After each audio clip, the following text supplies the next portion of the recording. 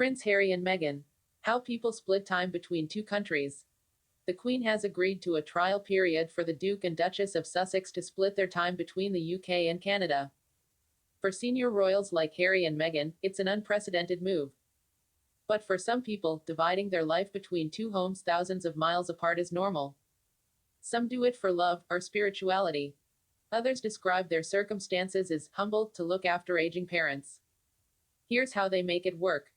Every 6 months, Johanna Craven and her partner Davis pack up and travel to the other side of the world. This will be our third year of doing it, she says, as she prepares to leave London and head to Melbourne, Australia, where she will stay until mid-2020. It's funny, whenever I get to the new place it feels like I have never left, says the Australian-British dual national. It doesn't feel like I'm going home or going away, it's like I'm going to another part of my life. The couple, who are both originally from Australia, had been living in the UK for 7 years when they chose the new arrangement in 2017. He decided he wanted to go back to Australia, I wanted to stay. We thought let's try both.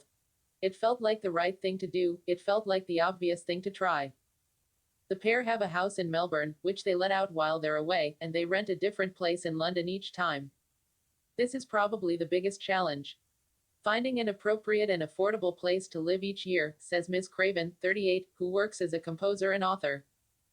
She also had to start again with her career. Before the move, she had a piano teaching business in London, but now focuses on other work, like writing historical fiction. I do my best to travel light.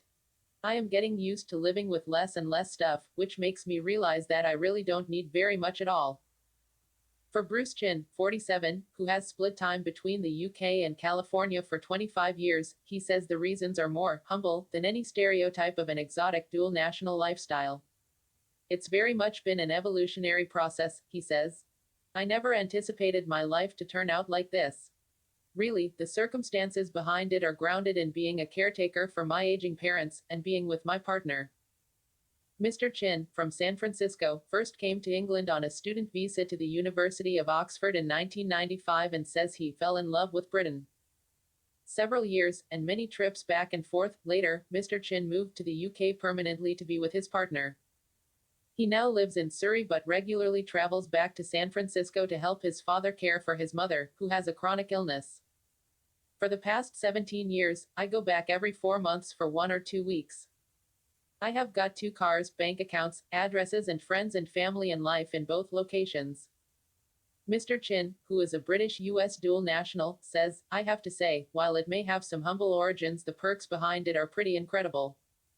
He gets to travel and, with a passion for maritime history, says he can indulge his hobby more in Britain. But he adds, it comes at a cost. The compromise, not being able to help my aging parents as much as I would like. But I bring the world back to them. I'm like an ambassador of the world and I can use Britain really now as a lily pad to travel to all sorts of destinations I never would have ever had the privilege to. I love my life so much as it is right now. It won't last forever, it's temporary, but I plan on enjoying it. During the summer months, Becky Adam runs an ecological campsite in the South Downs that offers tent pitches and huts to stay in. But for the last few years, while the campsite is quiet, she has spent October to March in Woodstock, New York, where she has bought a house close to a Tibetan Buddhist monastery. I'm Buddhist and there's a network of people in a community here, she says. The UK is her home, but it's a spiritual home here.